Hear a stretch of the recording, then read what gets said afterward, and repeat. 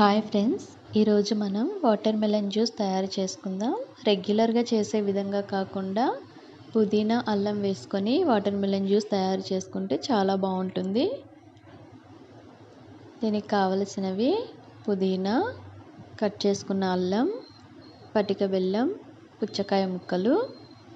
ముందుగా ఒక mixie jar తీసుకొని దీనిలో కట్ చేసుకున్న వాటర్ మెలన్ వేసుకోవాలి.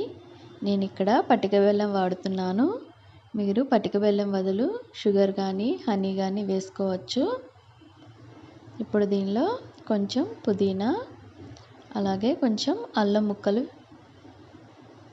ఒక 2 స్పూన్ల వరకు పటిక బెల్లం వేసుకుందాం. దీన్ని మిక్సీ పట్టుకొని ఇలా ఫిల్టర్ చేసుకోవాలి. ఇలా ఫిల్టర్ చేసుకుంటే వేస్ట్ అంతా కూడా ఫిల్టర్లోకి వచ్చేస్తుంది.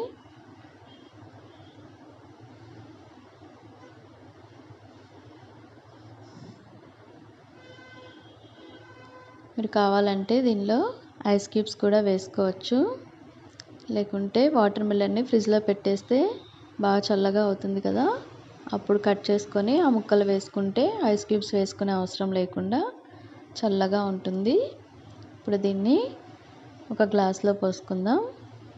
అంతే అండి, ఈజీగా వాటర్ మెలన్ పుదీనా జ్యూస్ రెడీ అయిపోయింది. ఈ వీడియో మీకు నచ్చినట్లయితే లైక్ చేయండి, షేర్ చేయండి, మా ఛానల్ని సబ్స్క్రైబ్ చేయండి.